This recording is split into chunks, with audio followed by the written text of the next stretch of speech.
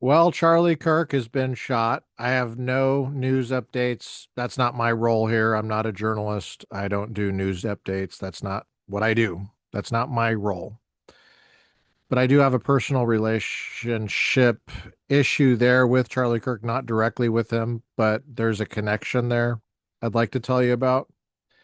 And that connection was through my grandfather, who is was the mentor of Pastor Rob McCoy. Now, I don't know if Pastor Rob McCoy um, is there with Charlie right now, but Pastor Rob McCoy is Charlie Kirk's pastor, and my grandfather mentored Rob, Rob McCoy. Um, Rob did the funeral service for my grandfather. He was 102 years old, died last May. Charlie Kirk came up in that service set of services. There's more than one at the church, one at the gravesite. Um, Needless to say, our prayers go out to Charlie Kirk and his family, but that's being covered right now, so I don't want to focus on that. I want to tell you about something else that you probably already know, but you maybe need to be reminded of it.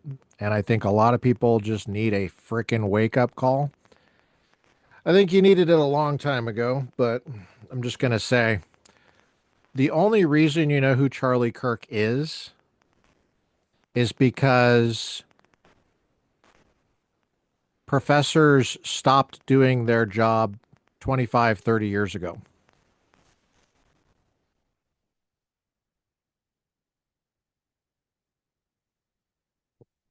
Just going to let that sit while I take a cup of coffee in my mouth. He was doing the job that professors are supposed to do. Hello, hello. As my mentor, Dr. Michael Ullman, used to say, hello, hello. The only reason he got notoriety is because he was doing the job the professors were supposed to do.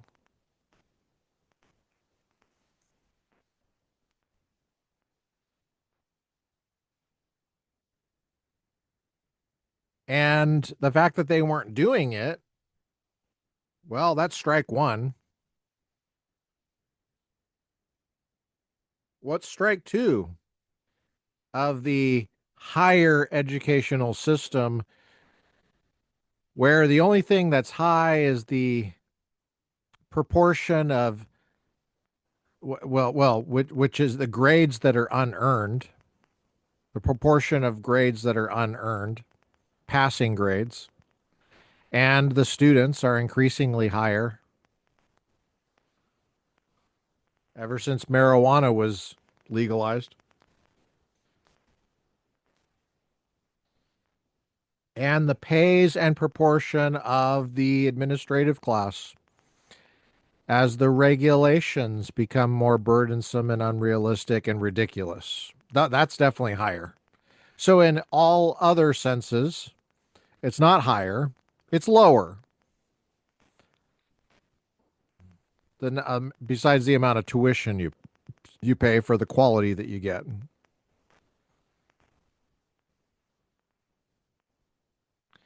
Strike two would be that Charlie exposed, and I pray that he will continue to expose, whether he dies or not. He will continue to expose it because he's got so much video out there. That stuff is going to be seen for decades. So the Lord will have his way either way.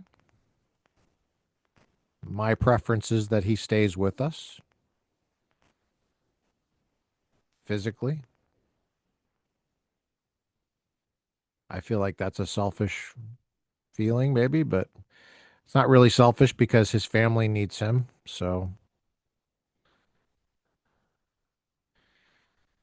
But I would say that Charlie did not have a college education, much less a graduate college education, and he exposed the emptiness of the democratic plantation that higher education has become, where the only things higher are the students, the faculty administration proportion of administrators to faculty, the pay of administrators, and the amount of tuition that needs to be brought in at taxpayer expense in order to pay those administrators, and the proportion of unearned passing grades relative to what's deserved. Yeah, that's higher.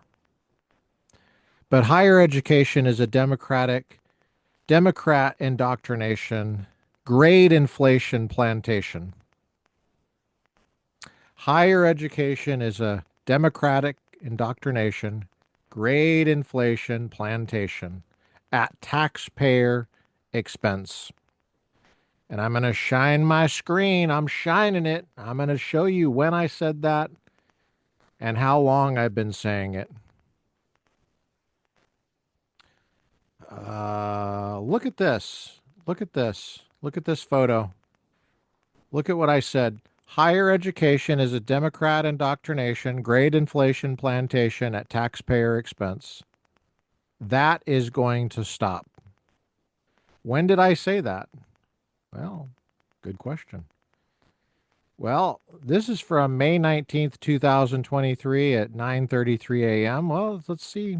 Is that the first time I said it? And here's 2022. Is that the first time I said it? Again, 2022. Here's 2020. I said it.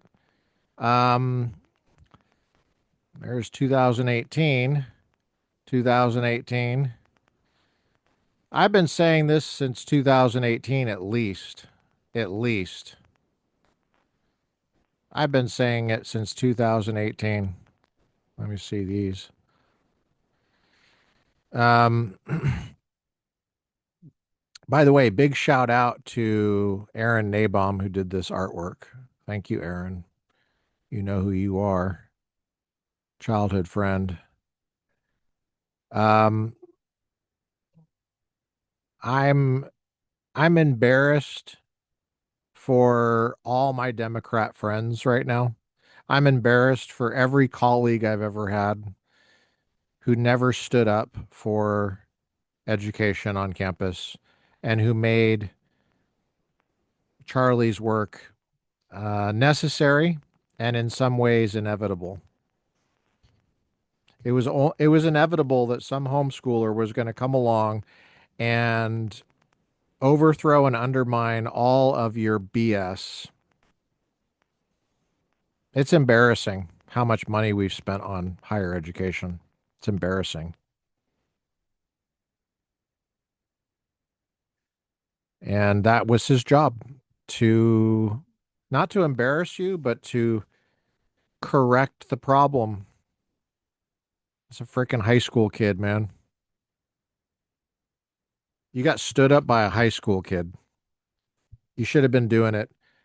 All you educators should have been doing it the whole time, but you didn't. Higher education is a Democrat indoctrination, grade inflation plantation at taxpayer expense. That is going to stop. That was Charlie's mission. It still is his mission. So as far as I know, he's still with us. Praise the Lord. But the Lord could take any of us anytime. Anytime.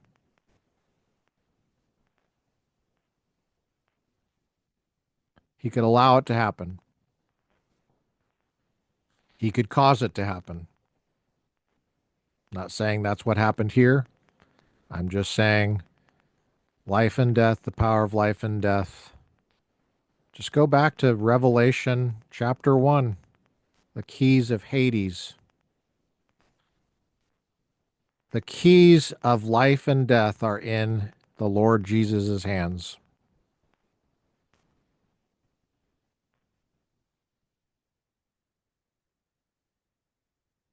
Proud to know Rob McCoy.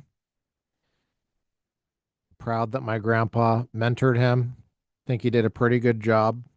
I think Rob's doing a decent job. I think Charlie was doing a decent job.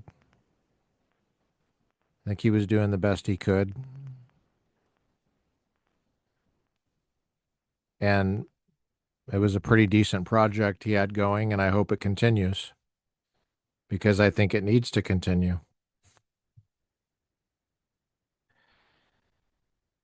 Welcome to the Republican Professor. I'm your host, Dr. Lucas J. Mather. It's 10 September 2025, years after Jesus. Streams in the Desert, January 3rd.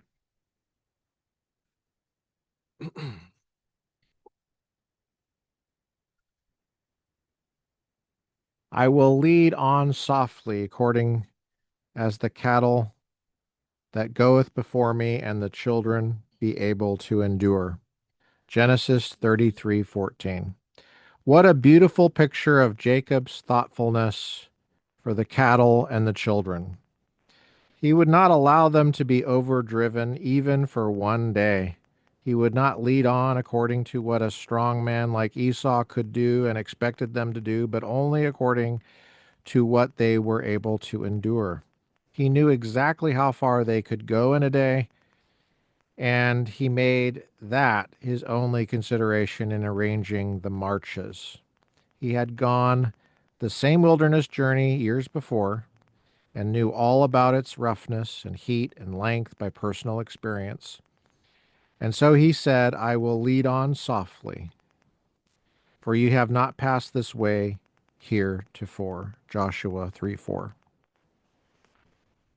Well, that's not a quote from that last part was a quote from Joshua. We got a little bit more. I'm on page 4. Streams in the Desert, January 3rd. This is the original edition, 1925. The printing was from a later, it's the first edition. We have not passed this way heretofore, but the Lord Jesus has. It is all untrodden and unknown, ground to us. Man, I'll do that again.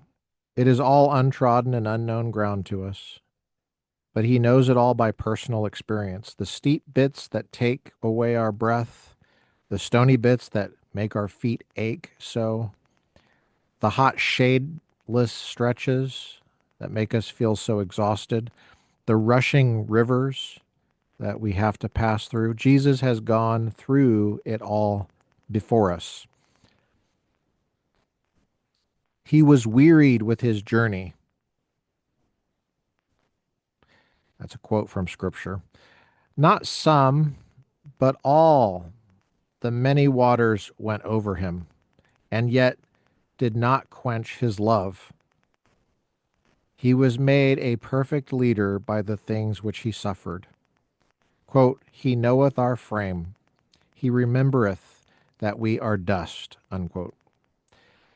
Think of that when you are tempted to question not one step he will make you take beyond what your foot is able to endure. Wow, I screwed that up too. Sorry. Think of that when you are tempted to question the gentleness of his leading.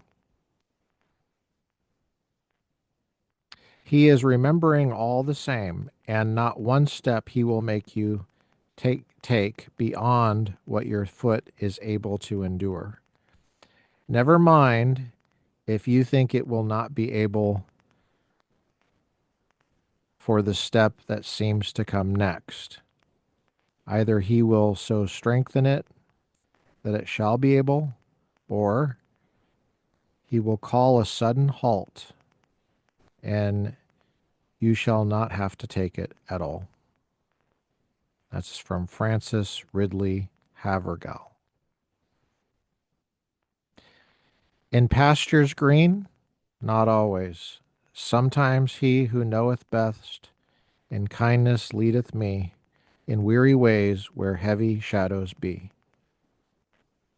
So whether on the hilltops high and fair I dwell, or in the sunless valleys where the shadows lie, what matter? He is there. And that's from Barry, whoever Barry is. I don't know why she expects me to know who Barry is. Streams in the Desert, January 3rd. We're going through this whole thing. We just started 2 days ago. Started on January 1st. We're going to do the whole thing, guys, because I had an intuition that we're in Streams of the Desert. We got a lot of stuff going on. There's renewal happening. There's good stuff happening, guys. I know it's hard to see. Um, there's always the bad stuff, but there is also good stuff happening. I think that Charlie woke up a lot of young people. And if he dies, Lord forbid, that work will continue. And I think it will actually only grow exponentially if he dies. I'm not saying I want him to die, but I'm saying is God's mercy sometimes takes those kinds of forms. Lord willing, he will survive and continue to mentor people into his old age. That's what I would prefer. And so we lift up Charlie Kirk and his family. We lift up Rob McCoy. His pastoral work is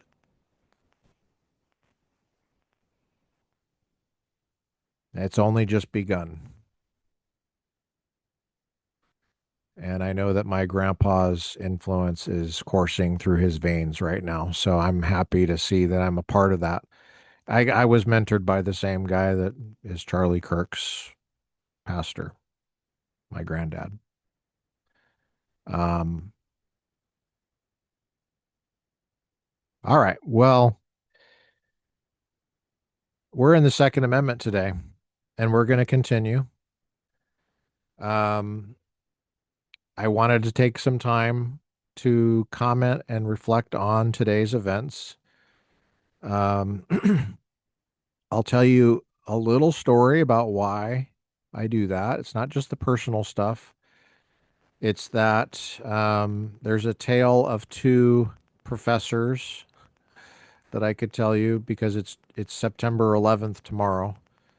And I remember where I was on September 11th. I was studying for a quiz that I was about to take in a theology class that I was taking. I was taking the MDiv sequence at Denver Seminary. I was in my vehicle in the parking lot there in Inglewood, just off it was the northeast corner of University Boulevard and Hamden, if you know where that area is. It's the old seminary campus. The seminary is not there anymore, but it moved locations. But that was the old location. That was that was the main location from history, I would say. And I was in David Bushart's theology course, and I had the radio on. I don't know why, because I had it softly on, and I heard about the first plane going into the World Trade Center, and they thought it was a small plane. And before I went in to take the quiz, the second plane had hit the second tower, and it was an airliner, and it was confirmed right away it was an airliner. And I immediately knew a few things. I immediately knew that the first plane was probably an airliner, and they had gotten that mixed up. I also knew that it was on purpose and it was a coordinated attack. And people ask, "Are you a conspiracy theorist?" Well, this is why Charlie Kirk's ministry on campus is so important, because it is such a stupid question to ask after laying out the facts I just laid out. But let's play that game because I'm a professor and it's okay. In a college type of Socratic agora type thing, sure, I would ask, what is a theory? If you're asking me if I'm a conspiracy theorist, I'm going to ask you, what is a theory? You use the word theory. What does it mean? Tell me what it means. Define it correctly. When I ask you what a theory means, I'm not asking you to define it incorrectly. I'm asking you to come into alignment with the English language, which is very old and has a tradition. It's not just you making up language, okay? I'm not asking about what what you want it to mean. I'm asking, what does it mean? What does the word theory mean? Do you know? Yes or no? The word theory means an attempt to explain data.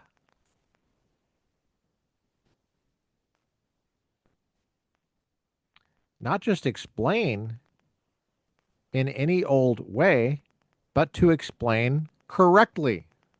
That's the purpose of a theory. Theory has a moral arc, a normative arc. You want to get in line with reality, and the way you're doing that is provide an explanation or data. Data is plural. Sure, you already know this. Most of my work as a professor has been reminding people of what they already know. It's not that complicated. It's just that you don't have the attention span and you're too fidgety, and you need to just have someone say, sit still, stop fidgeting, pay attention. Next thing I'm going to ask you is, what is a conspiracy?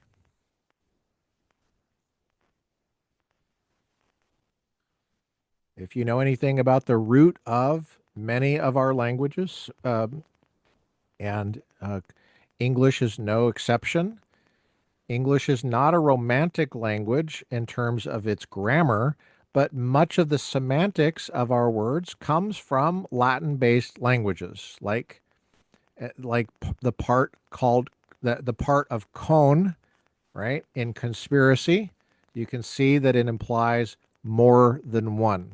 More than one what? Well, a conspiracy is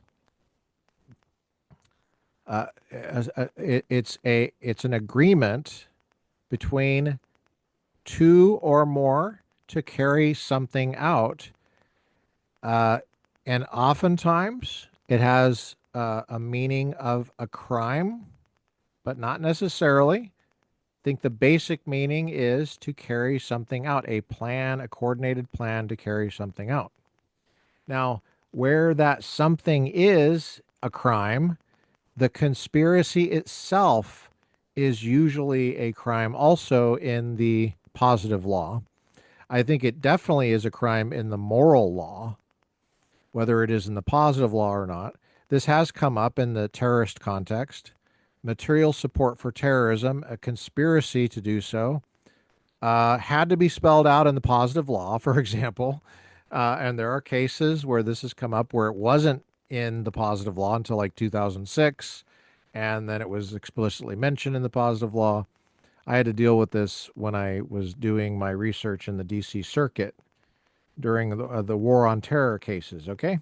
But um,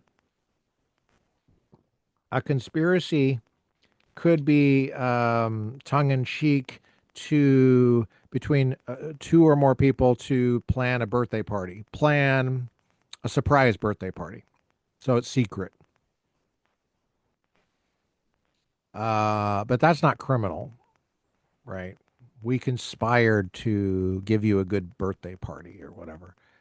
But where the plan itself involves the commission of a crime, the conspiracy itself is also a crime.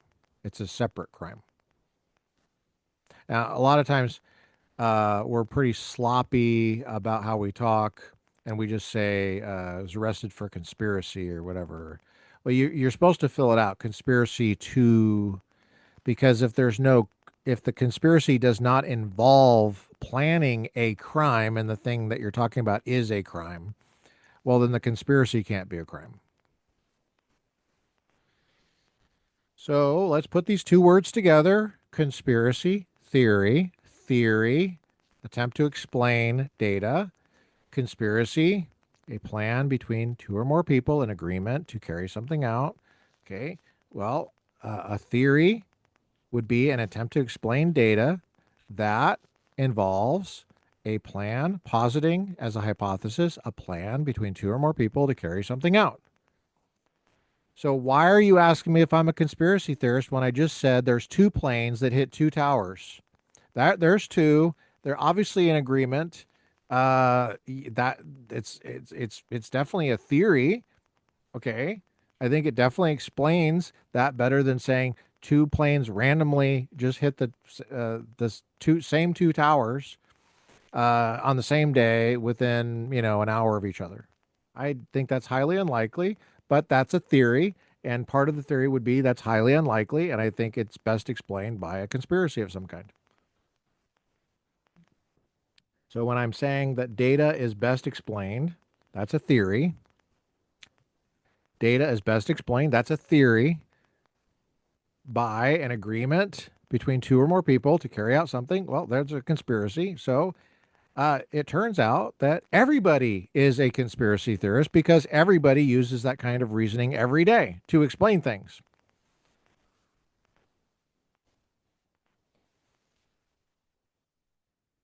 It's not a special status, and conspiracy theory does not mean false. I don't know who tried to introduce this into the English language, but I'm resisting that attempt because it's ridiculous.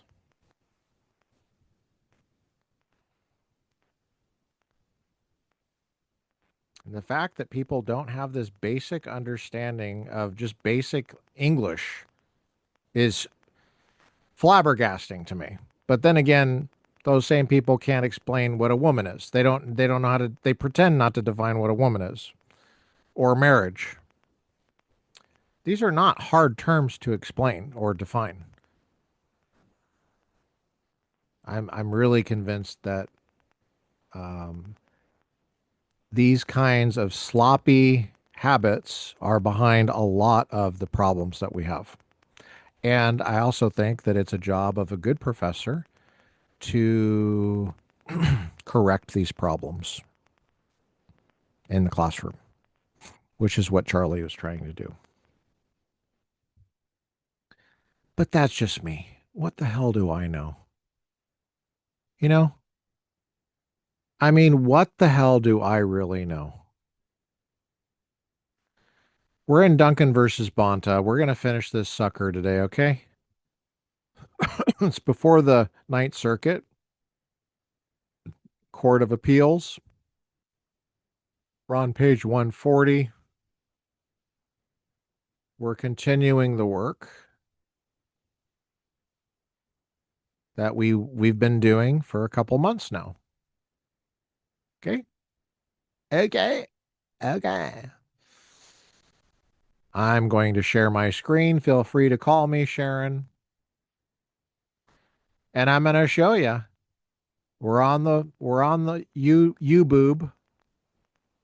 We're on YouBoob. Republican professor on YouBoob, and there's the 10th Circuit one 12 days ago. 4 weeks ago, Ninth Circuit judge devastates. Okay, that's the last one we did, and we ended with Roman numeral 3, as you can clearly see. If you're not on YouBoob and you're just listening, I appreciate your patience while I describe for you what I'm looking at. So here we go. We're in Roman numeral 3. This was August 10th was the last time. So that was about a month ago. And we're making our way through. We're going to finish it today. And we're going to move on to something else because there's lots of other stuff to talk about. But this we have to finish. I hope you don't mind. But to be honest with you, even if you did mind, I'm not going to lose any sleep about that because I'm going to do my job anyway. Because you're probably asleep at the wheel. All right, here we are. How did I get here? Just search Duncan versus Bonta, Ninth Circuit. You'll find it. You can also see the address there on the screen. If you're listening on audio only, go to YouTube and just look. Fast forward and look. We're back to basics here. You're going to have to expend a couple of calories, okay, to look. Page 140, Roman numeral 3. Finally, this is VanDyke, Ninth Circuit, Trump appointee. The topic is magazines that hold 11 or more rounds, whether that's criminal or protected by the Constitution. Finally, I must respond to Judge Berzon's concurrence attacking at some length the video portion of this dissent as wildly improper. At this point, if you don't know about the video portion, I would say go back through these videos. I'll try to make sure they're all linked together in the description and at least at the end of the video. But I'm also going to start a playlist on YouTube. In fact, maybe I'll do that right now. Would you like me to do that right now? Would you like to watch me create a playlist? Okay. I'm going to do that right now. I'm going to go over to YouTube and create a playlist of the Second Amendment. That's probably a good idea to do anyway. Let's go ahead and edit this video, the last one. You can see the back end here. It's already in the constitutional law playlist, but let's go ahead and create a new playlist. Should I create a new podcast? Ooh. Does it really matter? I don't know. I don't know if it matters. I never saw that button there before. Why does it say podcast? Huh. Okay. I don't remember creating that. It says podcast. This is becoming more painful for you to listen to, I'm sure. You know what? I'm going to decide this later. I'm not going to do this now. It's requiring a little bit of thought for me because I don't know what significance it is. I'm going to go back to the text, VanDyke. And I know a lot of you are like, thank God, just get back to it. Jeez. She levels 3 criticisms of the video portion. Okay, the video, remember, as he brings a gun in, his own guns, plural, into his chambers. They're in probably Reno, Nevada, I think is where his chambers are. And he's taken his guns apart. Remember this? I showed the whole thing on YouTube on my channel. And I'm able to do that because there's no copyright on government. I should say there's no copyright on on federal court opinions. And this was a part of opinion, even though it was on YouTube. It's highly unusual. I've never seen a video, but I'm sure that everybody was freaking out. Not everybody, but the left was freaking out about, Democrats are freaking out about him bringing guns into the court and putting that into his dissent, his official dissent from the banc ruling there. And so one of the judges, Berzon, and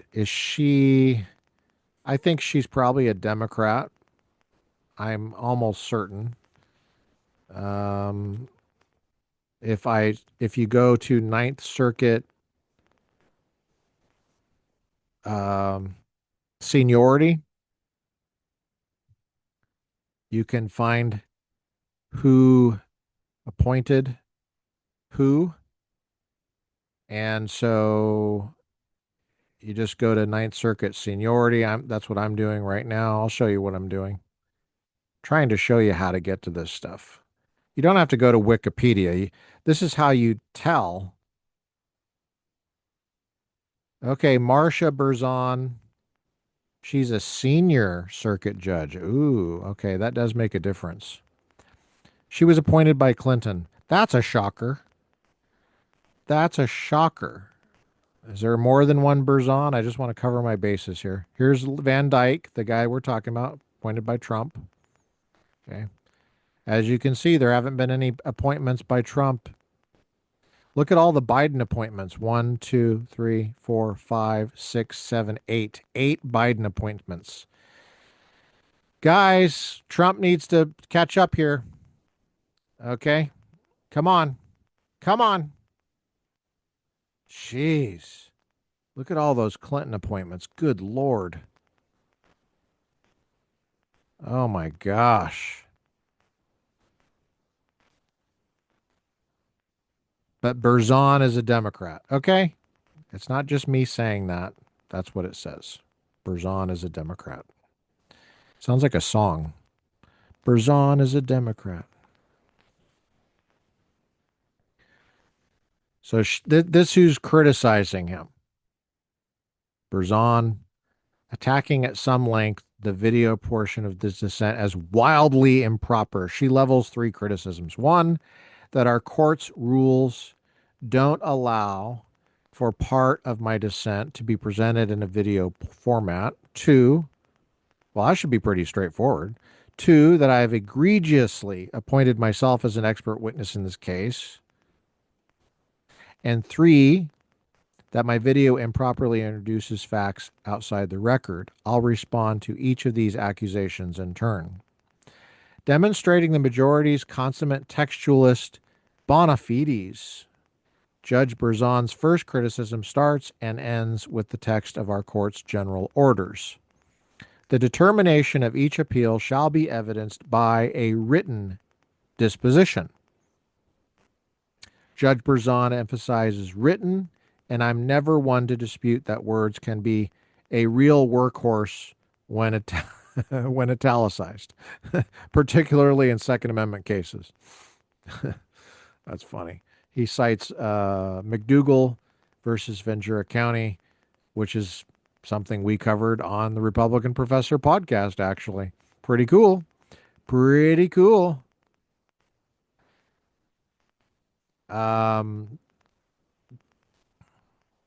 that's fun. That's fun. Let's go find that. Let's find the McDougal. VanDyke.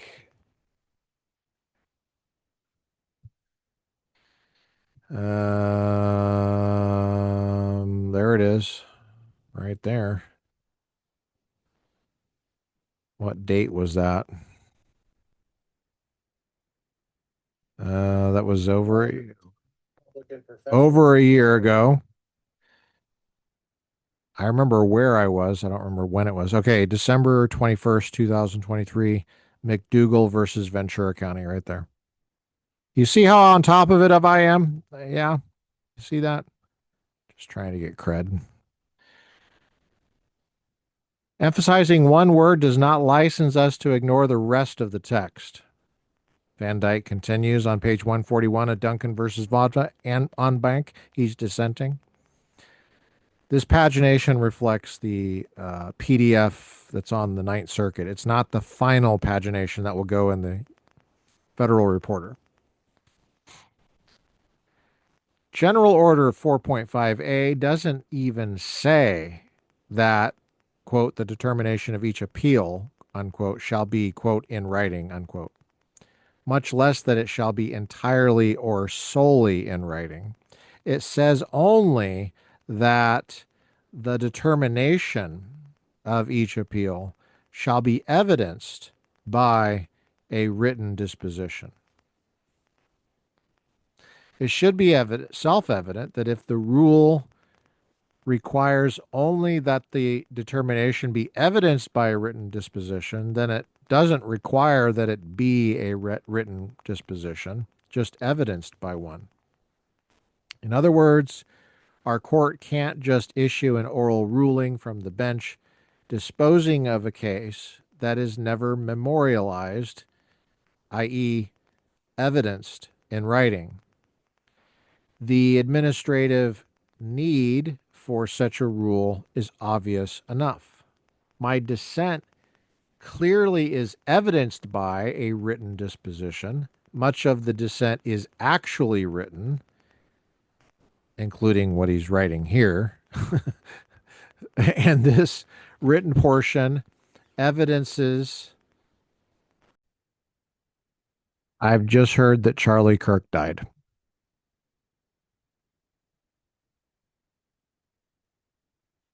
Um, Let me see how much I got left of this. Huh.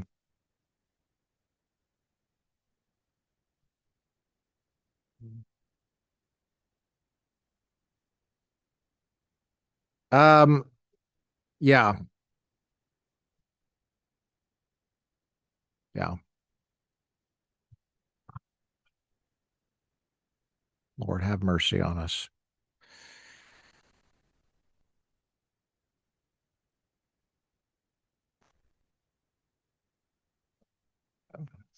Guys, this might sound inappropriate, but I'm going to push through this because there's so much I need to get to, and I just need to get this done.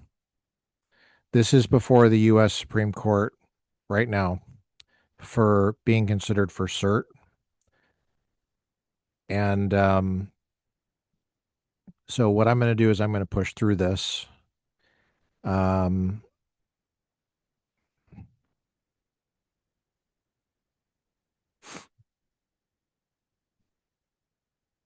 but I'm an emotion. I'm I'm having some emotions right right now because I didn't know Charlie directly, but I know his pastor, like I just said earlier, and his work overlapped with my work so much, and I saw the need for him long before he came on the scene. I don't mean to. I'm pulling a military thing right now, and I'm going to compartmentalize just to get through this. This is this. We're going to do this, and then I'm going to mourn Charlie appropriately. Okay, I'm not going to be able to do that well unless I get through this. I got to get through this and post it. Okay. Um, my condolences to Charlie's family and his friends, and to Pastor Rob McCoy, my grandpa's pastor, mentored by my grandpa. All right. Um,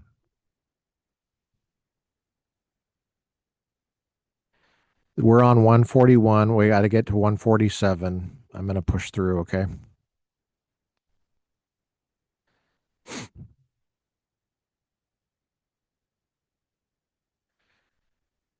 What Judge VanDyke is doing here is he's pulling the textualist toolbox out and he's saying Judge Berzon didn't go far enough in her textualist argument. She appears to make a textual argument that is powerful, but it doesn't go far enough. Um, aside, um,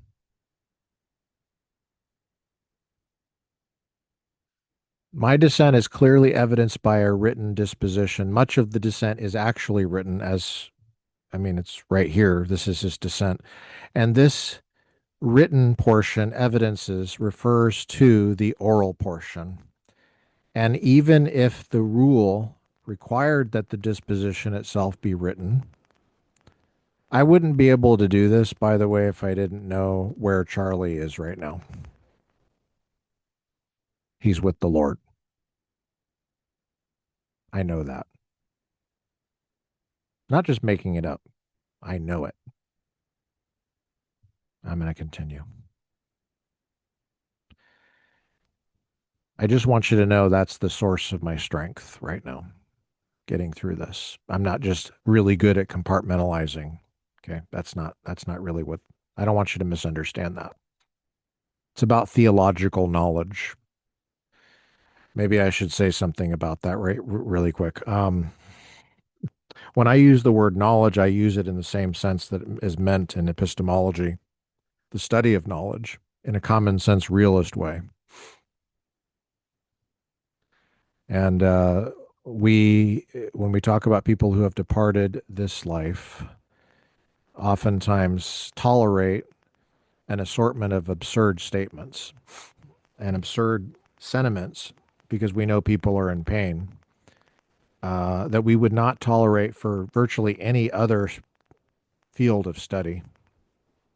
Theology, for example, is treated like a redheaded stepchild on campuses simply because there's so much disagreement. It doesn't follow from disagreement that there's no knowledge. That doesn't follow. There's knowledge in theology, and what I mean by knowledge is not just belief. That's not what the word knowledge means. But knowledge, that is representing something on an appropriate basis of thought and experience. And that comes from Dallas Willard, my spiritual and intellectual grandfather, who was for a long time, 50 years almost, professor at USC, for some time chair of the department. Wonderful man. I had a wonderful opportunity, as I said before, in the mentoring episode, check that out, where I went through his Ontology of Knowledge course at Biola 1997. I did that this past summer, went through the tapes in my mentor Doug Guyvet's study. Let's continue. Indeed, only if the rule unambiguously required that the determination of such an appeal, each appeal, be only in writing, would Judge Berzon's criticism have any merit. But aside from running squarely into the phrase evidenced by, such an extreme reading of General Order 4.5a would be inconsistent with our court's established practice. We have long included links to videos in our court's opinions, as well as pictures, timelines, and diagrams. Nobody thought that was a problem until now, and Judge Berzon even defends that practice in her concurrence. In short, Judge Berzon's overreading of General Order 4.5a is just that, an overreading. Like the majority's invention of its facile arms accessory test, the textual argument against my video dissent seems driven more by a desire for a certain result than anything in the text or reason itself. We're on page 142. Most of Judge Berzon's withering fire, however, is directed at the perception that I've made myself a factual expert in this case. First, I would be remiss if I didn't say thank you. I would ordinarily be laughing at that, but it's not a laughing kind of a day. But as much as I may be flattered, I think the accusation misses the mark. Indeed, I think my colleagues aren't even aiming at the right target. My criticism of the majority's reliance on the arms accessory distinction to decide this constitutional case is fundamentally a conceptual one, not a factual one. As already noted, it has nothing to do with any unique characteristics of firearms per se, but is rather an intrinsic conceptual shortcoming with the majority's ill-advised approach that makes a fundamental right turn on whether some object has certain inherent qualities or is instead an unnecessary add-on to the Platonic ideal of some category. You see how he's getting into metaphysics here? Have we covered some metaphysics in the Republican Professor podcast? Let me go back to the U-boob and show you. Okay. Hang in there. Hang in there. It's not going to be hard to show you. You know why? Because I'm going to go to videos. I'm going to go to most popular. I want to show you the most popular. The most popular is a 9/11 one that I did with Sarah Jackson. Woohoo, Sarah. She's a rock star, man. Look at that. September 11th, 2022. That was 3 years ago. Look at her. She's number one on the Republican professor, Sarah Jackson. She's talking about healing from trauma. Nice job, Sarah. Former colleague of mine. Here, number two, Fundamentals of Metaphysics with Dr. Rob Coons. This dude is a rock star. He's sitting in his office at the University of Texas at Austin right there. August 16th, 2022. Look, I want to say something about the TRP audience here. I hate the word audience, but it sounds like a ballet or something. I don't mean it in a spectator kind of a way. I mean it in this isn't Cirque du Soleil or anything like that. This is active participation. To get through this interview with Rob on the fundamentals of metaphysics, dude, that takes a lot. That's the second most popular video on YouTube. Metaphysics, guys. Metaphysics. And great for Rob for coming on, man. Thank you, Rob Coons. Look at epistemology is number 3 with Trent Doherty. Number 4 is my former colleague at Pepperdine, Tomas Bogardus. And you can see my co-hosts there, Curtis, and Adam. Cal State professor Adam. By the way, Adam and Curtis, I wouldn't have been able to do this without you guys. There's Curtis right there. There's Curtis there. There's Adam. Those are the top 4 videos. They're all, I mean, I can understand Sarah. Did you guys know that Sarah here, Sarah Jackson, right before we recorded this, she had something like, I took a screenshot of her Instagram just for historical reasons. I think she had tens of thousands of followers. I think it was like 20,000 or something like that. It was pretty high, I thought. When I originally reached out to her, she had thousands.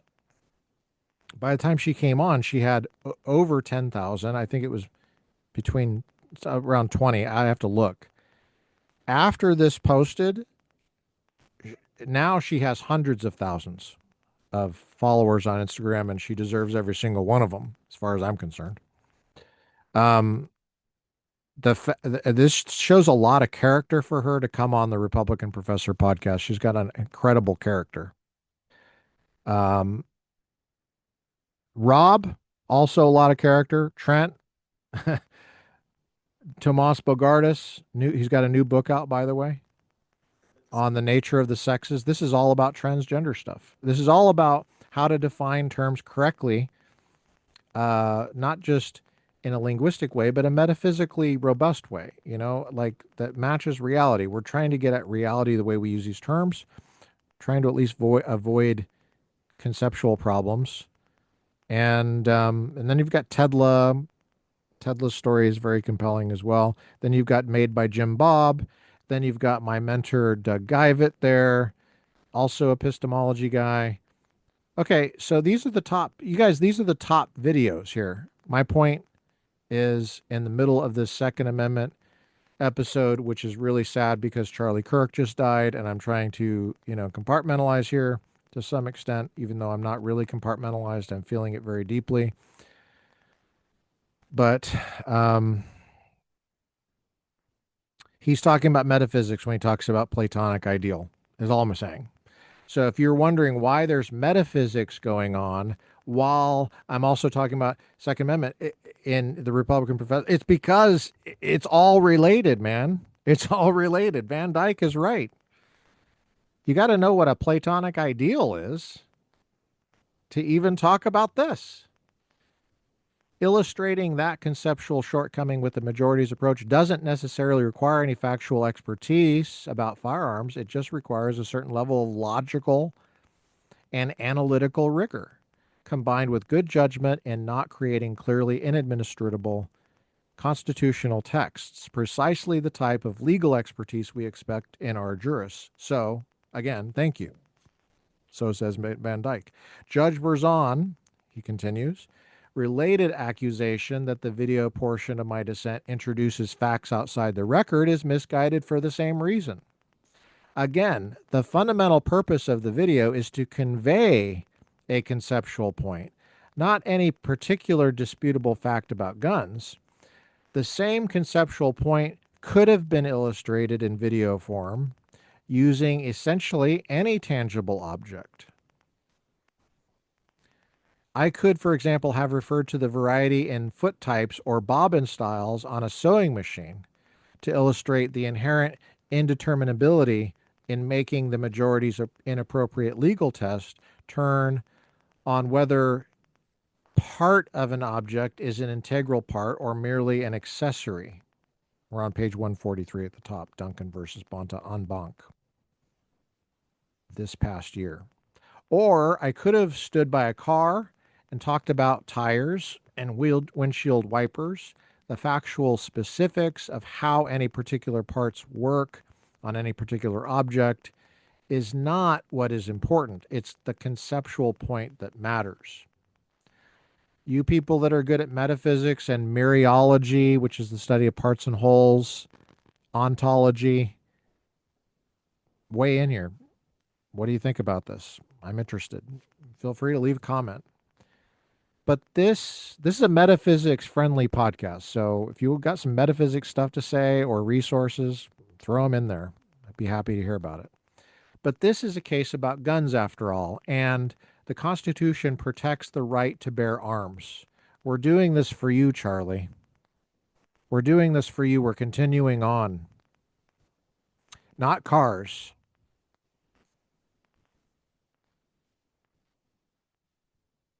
Or sewing machines. So it appears appropriate to use firearms to illustrate my conceptual criticism. The majority's odd obsession with the factual content of the video, while intentionally blinding itself to my conceptual point, appears to be a bad case of intentionally avoiding the forest by fixating on the trees. There are several strong indicators that Judge Berzon's and the majority's facts outside the record complaint about my video dissent is just a manufactured concern. First, if you have watched the video portion of my dissent and also read up to this point, you are no doubt aware that the written portion of my dissent makes the same conceptual argument as the video. It talks about the same firearms parts except in written form, yet the majority has never complained that the written portion of my dissent includes facts outside the record. That's a very powerful argument right there. Yeah. Yeah, what about that? I think they just didn't want guns to be shown. That's what I think. They're afraid of guns. The difference between the two formats, written and video, is not the supposed factual content, but rather, for some reason, the video format is harder to ignore. That's exactly right. That's why they don't want you to show you video. They don't want to show videos of abortion or pictures of abortion in those discussions. So the majority has fabricated a sham procedural reason to justify ignoring it anyway. At this point, I'm going to show you how to get to the video portion, okay, of his dissent. I'm going to the U-boob of the Republican professor, and let's just go to that last one I mentioned 4 weeks ago. Okay, so there's this one. Let me look at the... Okay, it's in there. It's linked in there. It's linked in here. And I will also link the other videos. I'll eventually have a playlist here so you can get to it easily, fast. But it's linked here in the description in YouTube, and that the same link will be on the Apple Podcast. When you pull it up on Apple Podcasts, depending on whether it's your phone or not, if it's your phone or an iPad, the link will be there. Sometimes when I pull it up on my laptop, I can't see the link for some reason. I'm not sure why, but the link is there. It's also in what I'm reading. Okay. So where's the video? Scrolling up to um, see where the video is in his dissent. There it is. It's on page 125, right? 125. Here's 125, Duncan versus Bonta. And there it is right there. Please click the link below. You could just search, please click the link below, and you'll see. Going back down to page 143. We're almost done. We're going to do some grieving today off camera. Okay.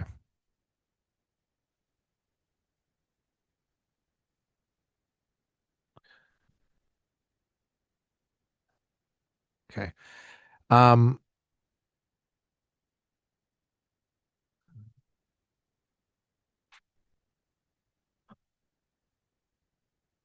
all right.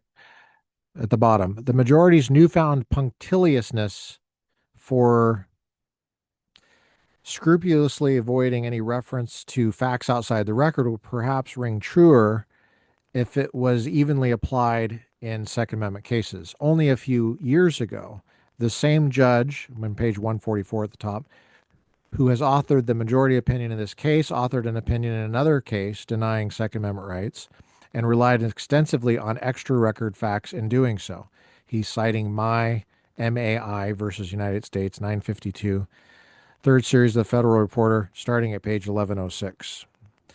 At page 1117, at note 6, 1118 at note 7, 1121.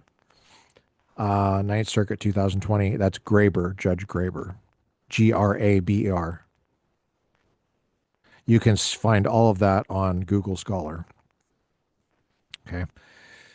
Relying on extra record studies, including in other contexts like smoking, to support the majority's conclusion. Nobody in today's majority batted an eye. Okay. The majority doesn't dispute, because it can't, that the My panel relied on extra record materials to directly support the outcome in that case. Instead, the majority belatedly attempts to justify that reliance because the extra record materials existed in publicly available scientific studies and because the parties asked the court to assess the scientific evidence. Okay, whatever post hoc rationalization the majority offers now, nothing alters that the My panel felt free, so long as it was rejecting a Second Amendment claim, to cite and directly rely on facts that were neither in the record nor cited by the parties. In contrast, as I've now explained at length, the conceptual point I'm making in both the written and oral portions of this dissent in no way relies on any specific or unique facts, scientific or otherwise. The video portion of my dissent doesn't engage in any fact finding. It makes a broad conceptual point that can be easily illustrated by a literal universe of commonly known objects without being tethered to any specific facts about those objects. But if my colleagues were genuinely bothered by referencing non-record facts in Second Amendment cases, maybe they would have voted for en banc review in a case where the panel expressly relied on non-record facts to drive the outcome in that case.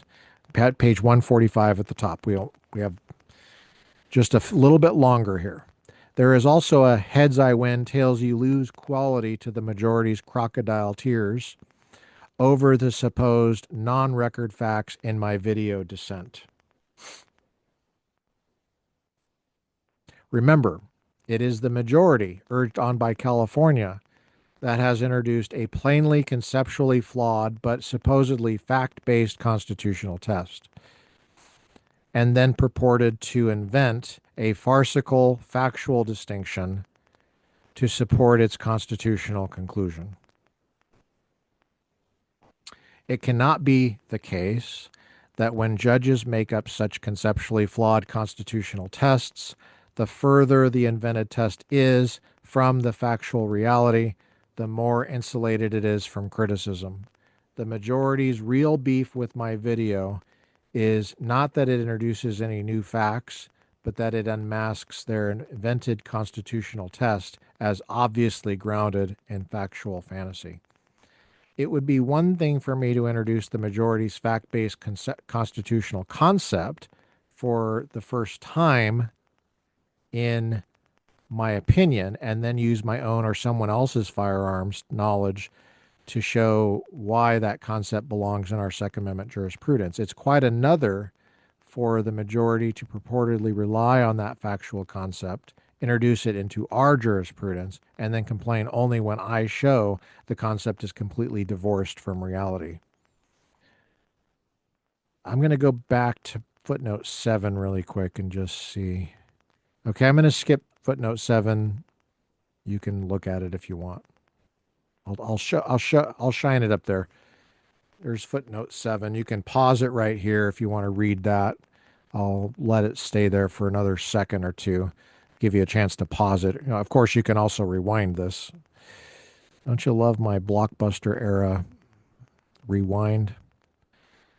Okay. It is.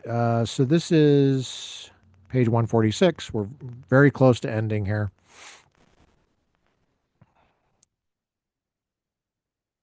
California and the majority came up with their silly conceptual test, not me.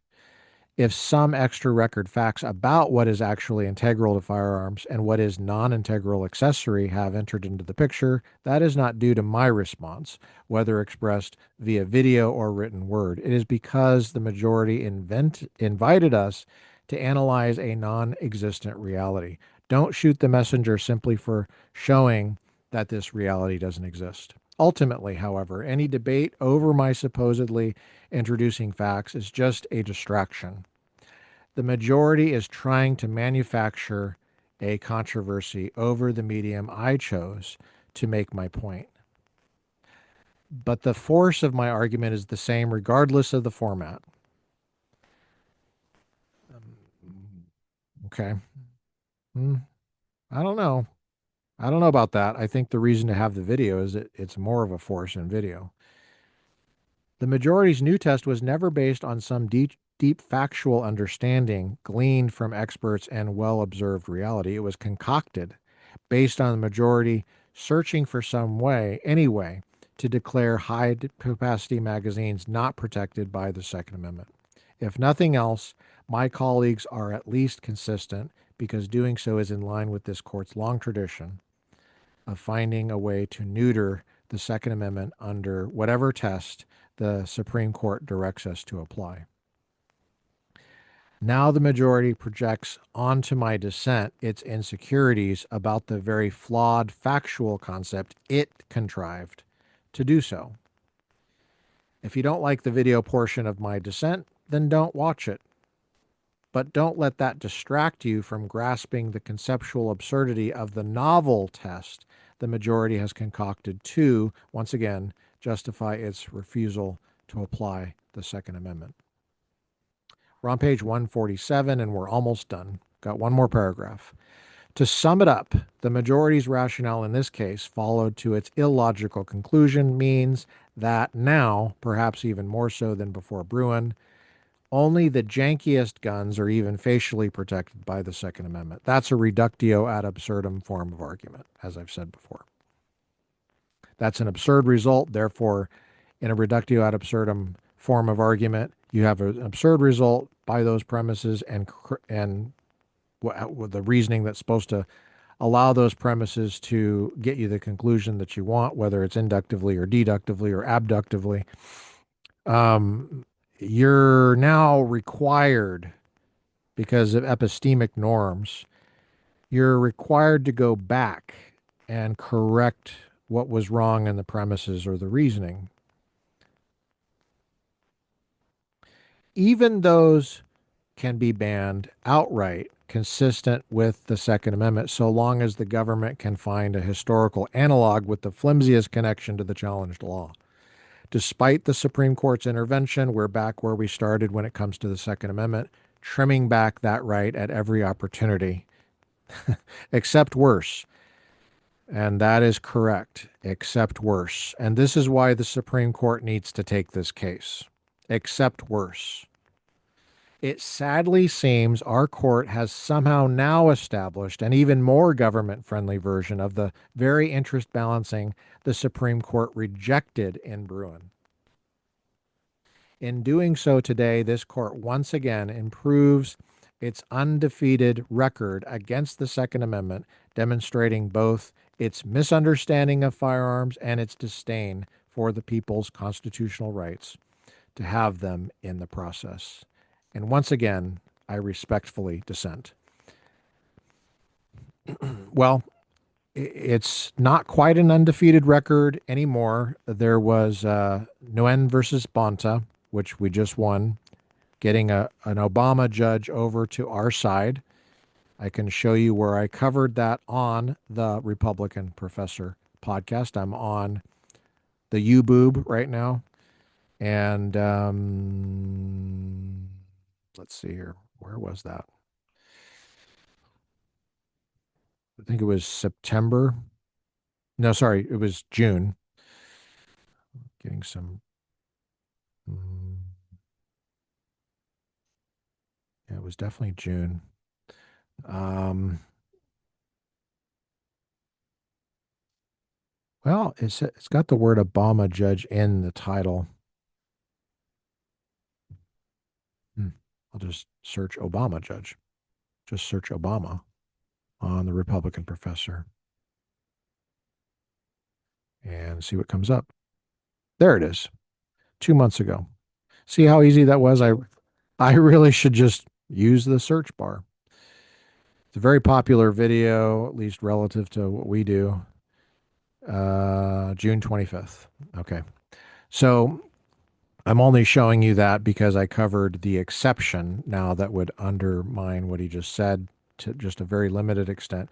He said that there was an undefeated record against the Second Amendment. Well, that one case is the lone example that is the counterexample. It's just on June, and this was this case, Duncan versus Bonta opinion came down March 20th, 2025. So between March 20th and now, there was June 25th where I did that episode on Nguyen, and just search Obama judge and you'll see it. Thanks for joining me on the Republican Professor podcast. I've been your host, Dr. Lucas J. Mather. It's 10 September 2025, years after Jesus. It's 2:27 p.m. And while I was recording this, I started recording this just after Charlie had been shot, reported shot in Utah, Charlie Kirk. And during this, I was informed that he had died.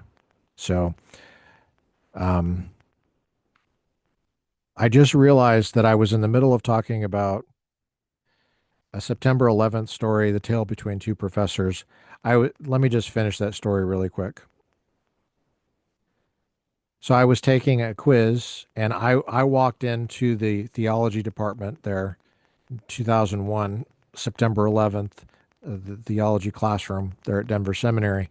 I was the only one that knew about 9/11 because I was the only one that heard about it. I had just heard about it on the radio in my car while I was studying. I told the class about it. The professor paused class to react to what that meant. I had a friend of mine who was on the podcast, Shannon Holzer, who was in J.P. Moreland's class that same morning in California, metaphysics, I believe it was. And we talked later, and he said JP barely missed a beat, did not acknowledge the event at all. Now, JP, I love JP. He came on this podcast. He's a guest on this podcast, just like Shannon was. So I have nothing against the guy, but I did think it was inappropriate that he did not pause and allow some time. I'm not saying take up the entire class, but just have a reaction to it. And I think maybe JP, when you're in a metaphysical state of mind, I guess this earthly life can can seem like, I don't know. I don't want to get into his head too much about that. It might be that he wanted to just have complete compartmentalization. But but at the time, I thought it was inappropriate relative to what Dave Bushart did in theology at Denver Seminary. Thanks for joining me on the Republican Professor podcast. I'm going to get this out. We'll talk to you later.